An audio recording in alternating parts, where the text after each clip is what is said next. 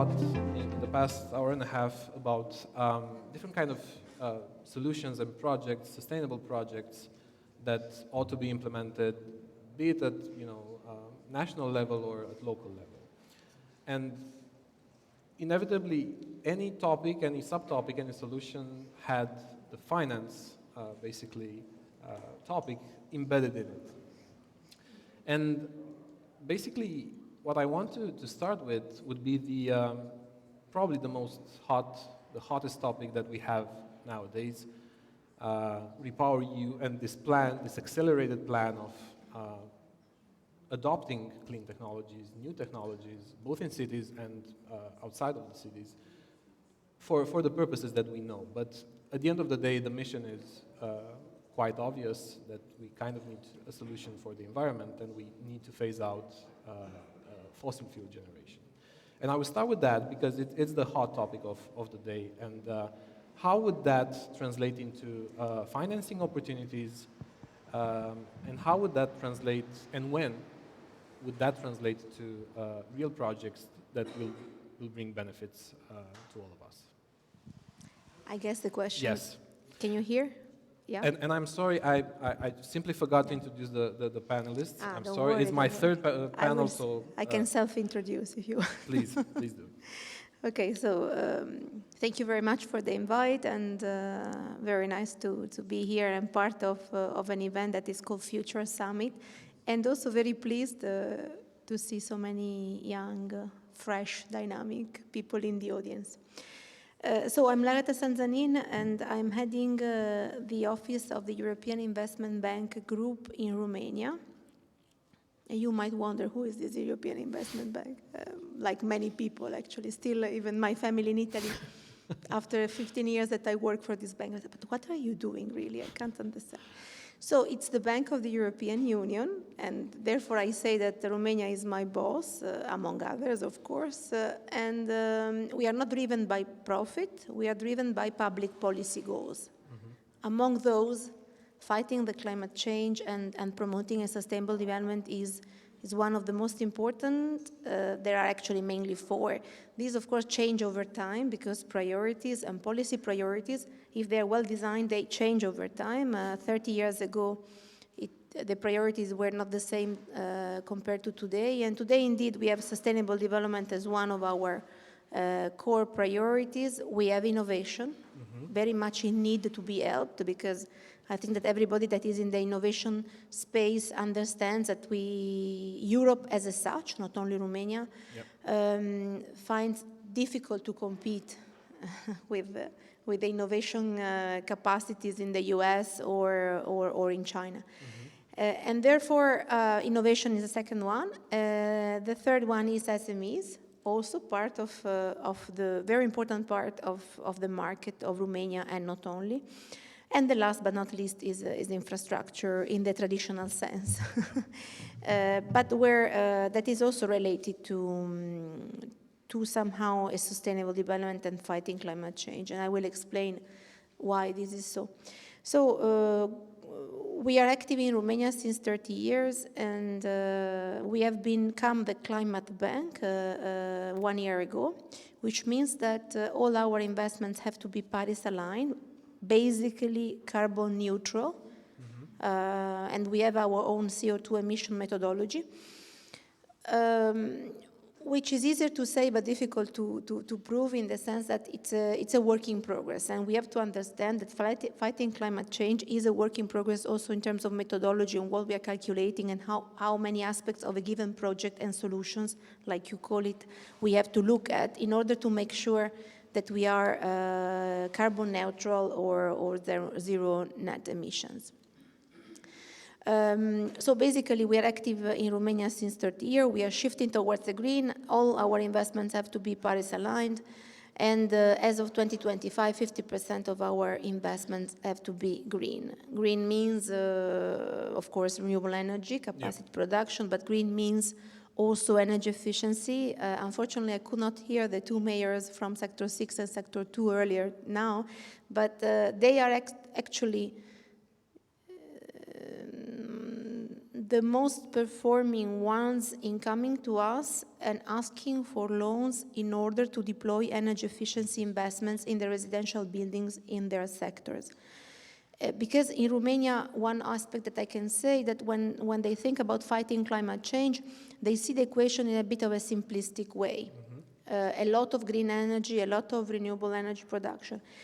And we believe there is not enough attention on energy efficiency. Consumption in Romania is skyrocketing,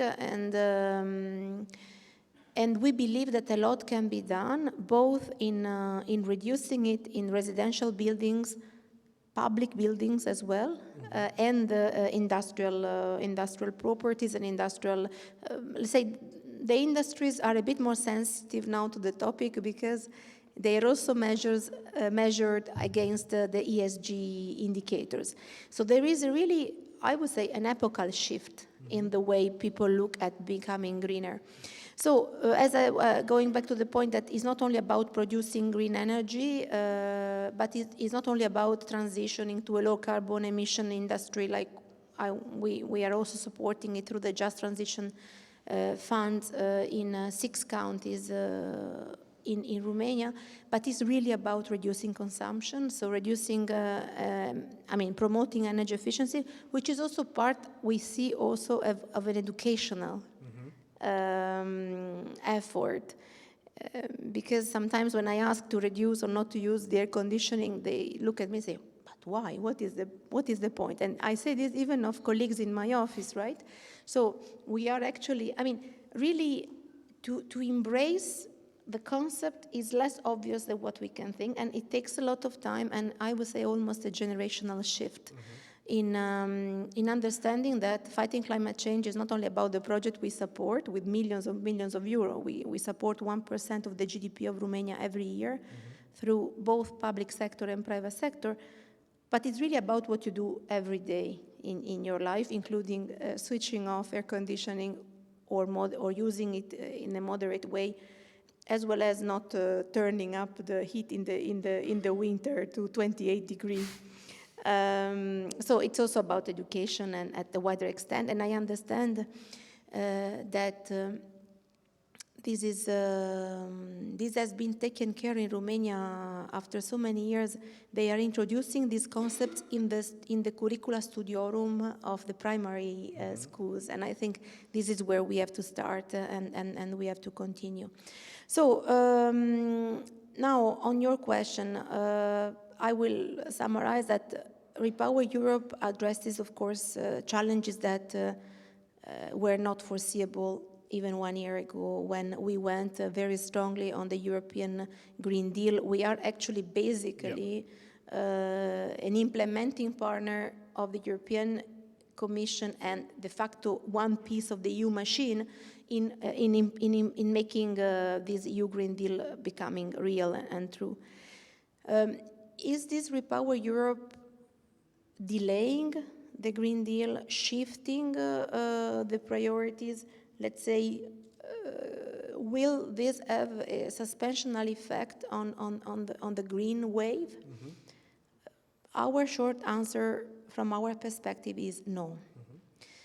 From our side, although of course at the level of the European, let's say Brussels and Strasbourg, they have to be more open to political instances, and of course there are certain countries in the region that expressed the need to go back to coal to a certain extent in a transitionary way for a short period, or to push for gas and nuclear in order to reduce the dependency from the Russian gas.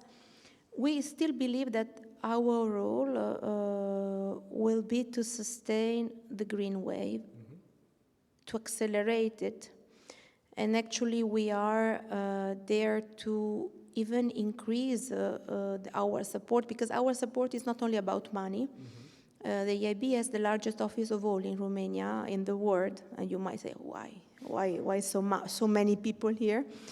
And it's not because of the cost of labor, because we are all paid the same, but no, indeed, because These are not bankers, but these are experts in each and every field. I mean, transport, waste, water, health, energy. And these are experts helping the Romanian authorities to prepare and implement projects and absorb EU funds. So basically what we will need in concrete terms is to be even more selective in what we will finance because of the EU climate mission. Our compass will remain on green, 3 main pillars: renewable energy, new capacity in terms of production, energy efficiency, I said already why it is so important, and of course electricity distribution, because this is also something that is in this moment, very much twisted a bit price-wise and tariff-wise because of the challenging situation created by the war, but also because what we see is that actually in some countries, and Romania being one of these, you can rush to create a lot of green energy, but then the grid doesn't have enough space or enough intensity in certain regions, like Dobrogea in Romania, for example, to accommodate all this. So the issue is complex, but we are looking at these 3 dimensions as our top priorities. We are stay on this focus, and we add on top of it a very wide technical assistance team to make sure that both at central level and at local level, let's say, the priorities are set in the right way, or at least we try to help on those that we believe to be the priority that will build a long-term, resilient, sustainable development of Romania. I would go online now just to basically understand the perspective of a commercial bank, basically, when it comes to transitioning into looking into clean technologies and sustainable solutions and sustainable projects. We have with us Teodora Petre from Raiffeisen Bank, and I would really like to understand your view on that, and obviously on this new framework, accelerated framework of Repower EU. If you can hear us.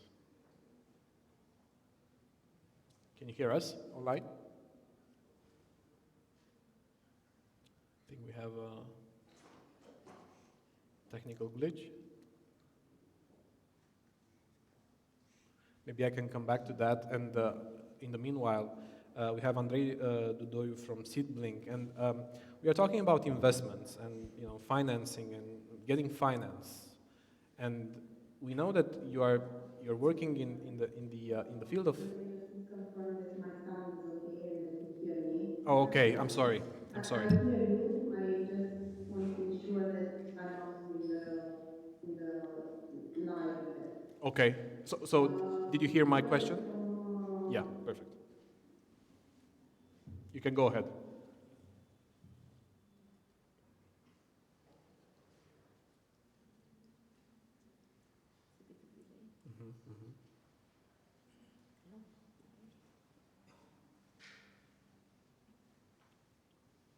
At some point, we were famous for the internet speed in the country. Not that much anymore, I guess. Okay. So there's a delay of about 20 seconds, 20 plus seconds. So yes, I did hear your question. Somehow I think that we it's have more than a 20. little bit delay between the live and the online, and this is why probably we are a little bit desynchronized. Yeah.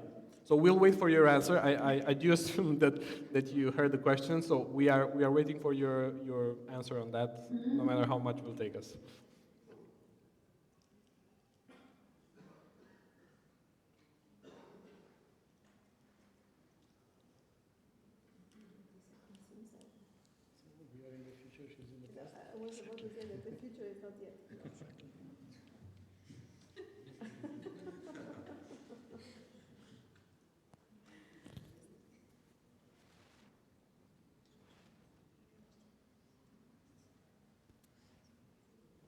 Okay, so yeah, thank you. So I will try to get something to bring some insights from a banking perspective here. But first, I think that I need to make a little bit a larger introduction, a little bit just to put the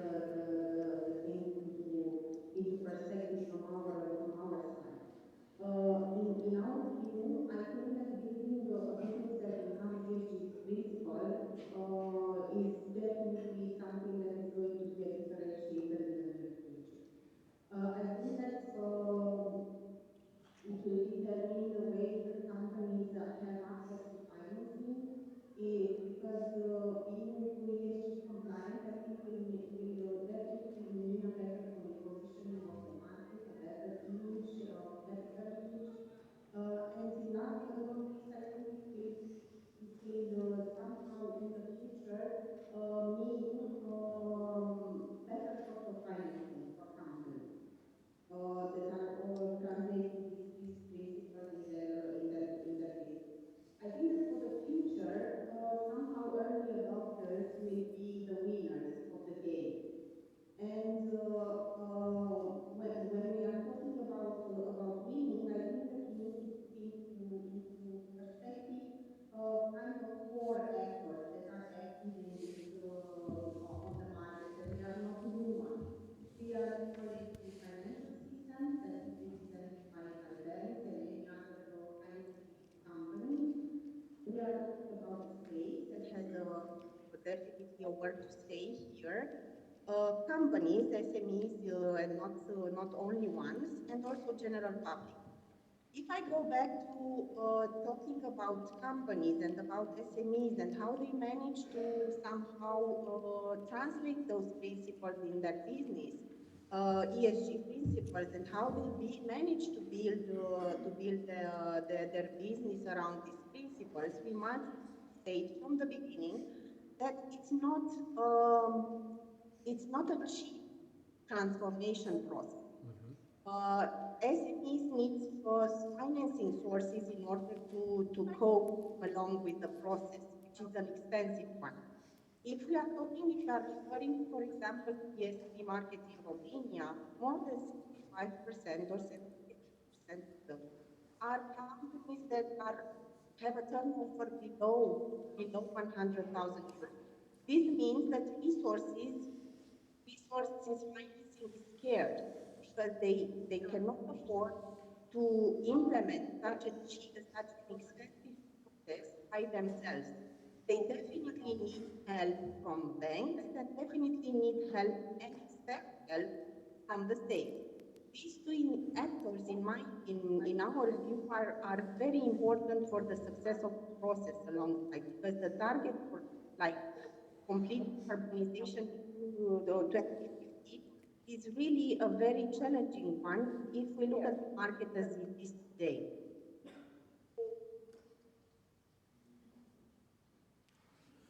Thank you. There are some interesting points there, and I'll come back to that. But I'll go back now and talking about investments, about financing, and the role of tech in general. And obviously tech as a driver to tackle directly or indirectly climate change and addressing putting on the table sustainable projects. How is this changing, and how is this European framework at the end of the day changing this demand, the number of projects, the number of needs for financing, and the overall tech industry? Thank you. So, it's working? It doesn't work? No? So, try to come back to the future. Thank you for the invitation, and I'm also very pleased to be in such an environment, very future-oriented. I'm not too much in the technicalities of the green frameworks. We at SeedBlink are working with startups and with investors interested to invest in startups, tech startups across Europe. We started for sure from Romania. Now we have already more than 60 startups that we facilitated the investment for, and we have more than 10,000 investors part of our community. Out of these 60, I would mention two that have also the green vertical. They are part of the green tech. But unfortunately, there are not too many. Two out of the 60, it's a minority. On the other side, looking at Europe is clearly a trend and a very significant interest to identify the disruptive startups that are part of this vertical, part of the green tech. I just saw a review with the Sunicorns. It's a new word, Sunicorns, so soon to be unicorns. There are 10 mentioned by Sifted recently in a report, and one is called Back Market. It's from France. It's actually the most valuable startup of France right now, with a valuation of more than $5 billion. It's a marketplace for refurbished gadgets. And then it's mentioned also a startup from Switzerland. It's part of Europe somehow. But their device, it's called Climeworks. I couldn't remember exactly the name. They got the largest ever round in a carbon capture startup. It's $650 million, and they have the largest device for carbon capture. So and the device is placed in Iceland, so it's in Europe. That confirms the trend that is clearly a lot of interest, and the rounds are managed and led by private investors. They're not coming with subsidies. And that's the important thing that I would like to stress out for the startups or for the entrepreneurs that are interested to run a startup in this environment. Because we noticed, and I'm coming back to the minority of startups that we have in our portfolio coming from Romania and are part of this vertical, there is a tendency for the entrepreneurs in this vertical to rely or to act as a non-profit organization. And it's an important shift in order to convince real investors to be part of your story. You have to act as a profitable business, not to rely on subsidies. Of course, that's an important, also an important funding tool. But just think ahead as a profitable business, and that's where tech is helping with, because why investors in our community they became active in with investments in our platform is because of the tech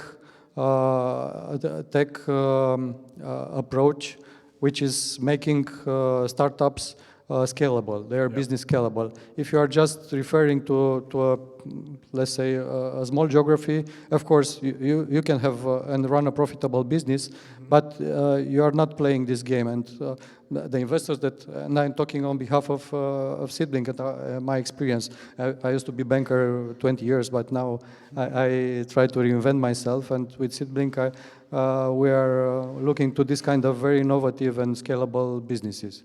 So coming back to your question, tech is helping a lot because it's making a scalable business, is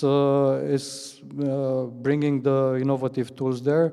And even now, in the new context, the investors are trying to redefine their interest in different verticals and their interest to invest in different areas of business and what the yields would be. For sure, the green techs will be highly regarded if they have a clear business proposition as well. It's very interesting, and I find it interesting that the startups that you're talking about are really finding an opportunity, a business opportunity in addressing this kind of projects. But at the same time, and I'm coming back to the things that I was mentioning in the first two panels, there are businesses that are still finding hard to evaluate the climate risk, let's say, to put a number on that. That's how businesses work, right? They need to put a number on everything. So putting a number in climate risks is pretty difficult, be it small or large. And at the same time, mirroring, it's pretty difficult to put a number on the benefits of a sustainable project, right? Where do you and evaluating that was the time frame that you evaluate to really understand the cost-benefit analysis. And unfortunately, this applies also to other stakeholders. I mean, institutions, be it local institutions or central ones, stakeholders, communities, and so on and so forth. How do we gradually, obviously not overnight, how do we try to change, how do we change this perspective? How do we educate, because you were talking about a dimension of educating stakeholders in adopting these kind of solutions. How do we educate them to really see the opportunities, also economical opportunities in that, not only risks and costs? Well, I think the short answer is with the financial incentives. So I go back to Andrei's point and Petra's point.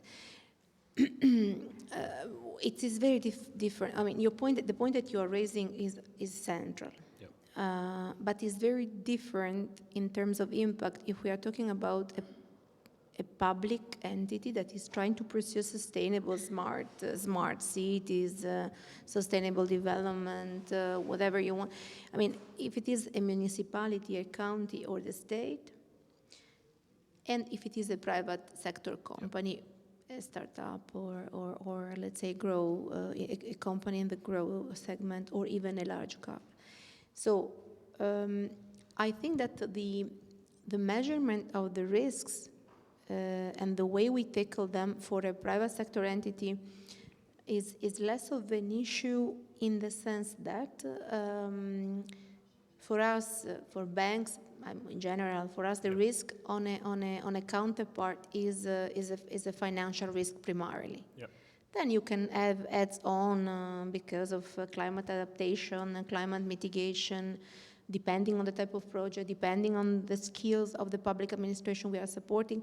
But let's say, broadly speaking, the sovereign and sub-sovereign risk for the people more acquainted with financials, in that sense, let's say, it's not an issue because for us, it's important to support green projects in the public sector and in the public domain. Yet, I believe that they need to be incentivized to push for green projects. Mm-hmm. And this is where we are trying to help. Yep. So still the municipalities, that they don't have the issue to address the risk and to calculate the number and to have a mitigant in place, still they find it difficult to prioritize green projects. Some very visionary mayors, including in Romania, Oradea is a very good example. They work with us since 2007, 4 loans, one after the other, every more green, every more innovative, every more tech. We are now like very sophisticated in what we do. And some other mayors and president of the counties are, and I kind of link myself to what Andrei was saying, is not so much about subsidies. I mean, indeed, the fact that they wait for the subsidies doesn't help the green wave, because the subsidies and the availability of money is not an issue in Romania. Is not sufficient to generate projects and to generate green projects. They need advisory, they need technical assistance to explain to them what can be green in what they want to achieve and offer to their citizens and how they can get there. And we come in the picture in order to, yes, quantify let's say the environment, climate change type of risks. And basically, you know what is in practical terms, what happens is that the cost of project increase. Mm-hmm. I mean, to factor in climate risk into a given project with, in this case, I'm still talking about the public sector, it's about being more expensive. But here we come and we are ready to pay more in order to achieve a better gain for the society in the long term. So there, it's a bit less of an issue of I mean, I don't think that more subsidies will make the world to shift in this context. Mm-hmm. It's about knowledge and it's about incentivizing. There are some constraints, legislative constraints in Romania for the more virtuous municipality to invest more. Yep. And we have been discussing with the National Bank of Romania with the Minister of Finance in order to lift certain constraints if a municipality wants to do a green project. You have to make them more willing to go down that green road instead of another project, to prioritize green projects, because they see an advantage in this. They can invest more, they can get our help, and they can get our money combined with grants. For the private sector, we to be honest, we will be managing 1.2 billion of euro under the PNRR. Yep. The Resilience and Recovery Plan, which is as green as it can be. 40% of this 29 billion euro will be labeled green. And there we will be providing equity stake into funds of funds for green investment. We will provide guarantees for the banks to lend to green projects to SMEs. We will provide guarantees for us to lend to green large corporates in Romania for green projects and digital ones. So we combine with the so-called twin transition, combined with advisory. I usually also the private sector, apart from some big names, need knowledge in terms of assessing and quantify those numbers. But we have to be honest on this. There is little known. We are a bit groundbreaking, so we don't have to shy away to say that it's innovative, it's complex, so we don't have the right recipe. It will take us some time to get there, but at least there are some actors ready to take the risk, ready to take the challenge. The added value of the EIB in that sense is that there are some countries a bit more advanced, so we can see projects in other countries and apply what we learn there into Romania and into the Romanian and regional context, because then eventually it's about the region, it's not only about Romania. And therefore, in that sense, we see that there is a lack of knowledge both in the private sector, apart from stellar, innovative green tech startups, but there is also a little appetite to the green risk in financial intermediaries, which also come with a limited knowledge in assessing project. If I'm a bank, by nature I don't bank, in this case, commercial banks, but I let Raiffeisen comment more. We don't want to take too much risk, and if we have to take a risk, we want to know what kind of risk this is and to quantify. And that is why these guarantee instruments are very, very important. Basically, by managing the PNRR amounts, we will put in place a guarantee that will allow the bank to have a super well-qualified comfort in order to get into some type of green and digital investments. But I want to, and then I end my point here. We find it difficult first of all, in order to be competitive, we go to large tickets. So for us, a very small ticket is 7.5 million euro of loan, so which means a 15 million euro investment. We're talking very big. When we go small, we go through banks. But the one and only Romanian, I don't want to say startup because it's already now bigger than that, that we financed here, we find very difficult to finance innovative projects. We do support funds of funds, but it's very difficult to support innovation in a Romanian company because we don't find so much innovation, but mostly because the size of the plans are still small for us.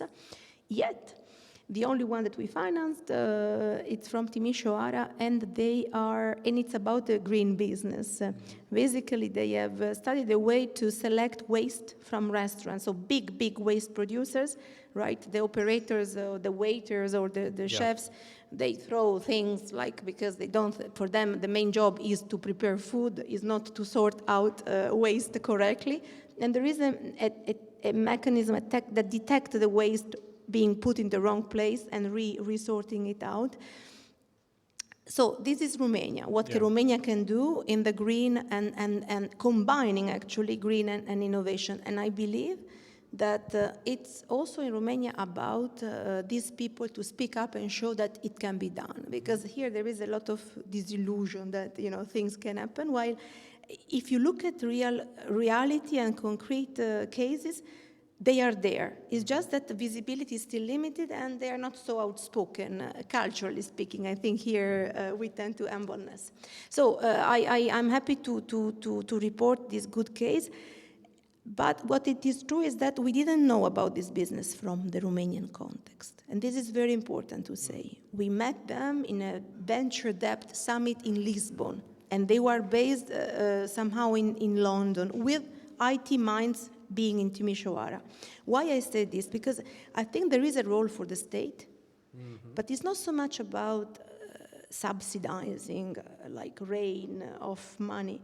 It's really about enabling the ecosystem, the communication, the visibility, the link between local governments, and the way you put together these clusters. Yep. I mean, there is where the state should have a vision that enables this investment to flourish.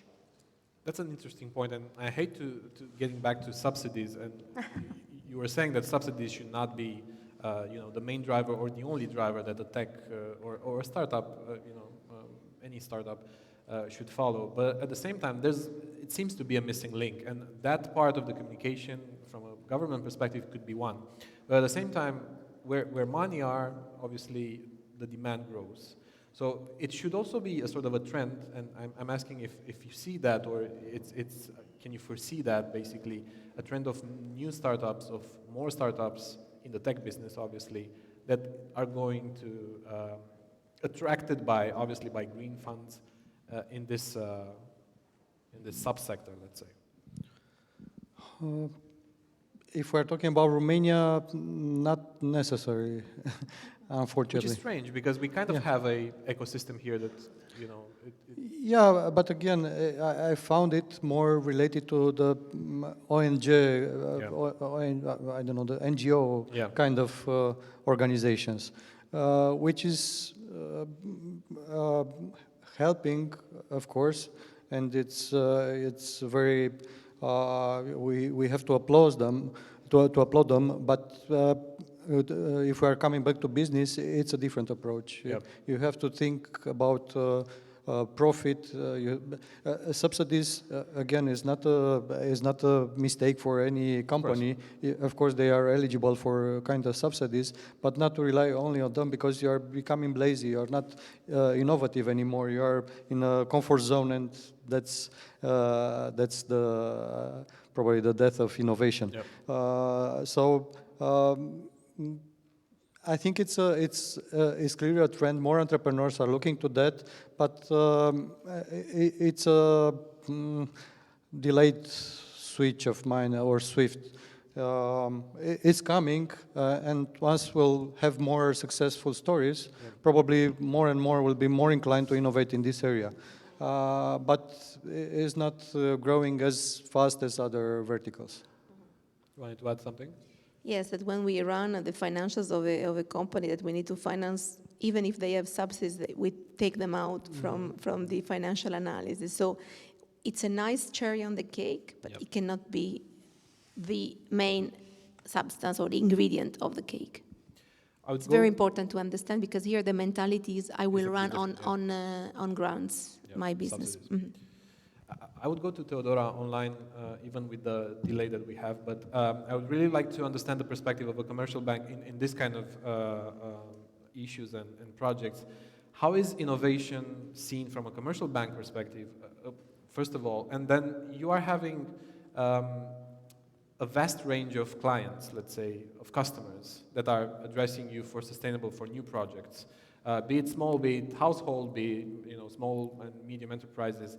How do they perceive, or do they perceive the risk and the benefits of these sustainable projects, or are they just doing it because there's a trend or there's a subsidy involved somewhere along the line?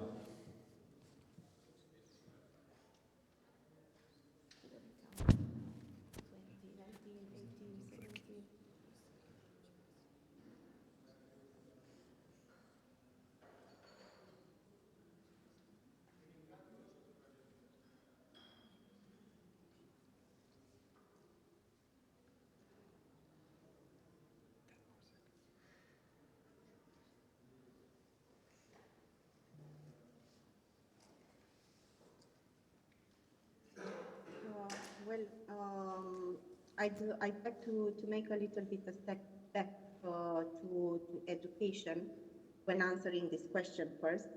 Lara was also talking earlier about that, and this really brought a smile on my face a little bit earlier, because if we talk about education, if we talk about innovation, if we talk about how companies understand ESG concepts, how are they willing to embed that in their businesses? This is something that it always has to go back to education, because you can have two ways of somehow producing an effect or forcing people to learn. First one is by inner motivation, self-awareness, the thing that we are doing, for example, today here. This is part of a general effort that all financial institutions that are with ESG, NGOs that are committed to ESG are trying to produce as an effect on the market, on the Romanian economic landscape. And the other one, and this is verily done. This is with a lot of focus. Without education, you cannot have the deeper understanding of the consequences and of the things that need to happen in order to reach our zero carbon target. And the other one, which we have been experiencing, for example, on the energy market, is the forced one, the forced way of learning. And for example, I'd like to talk about, because this is something that I think in usually the Romanian economies and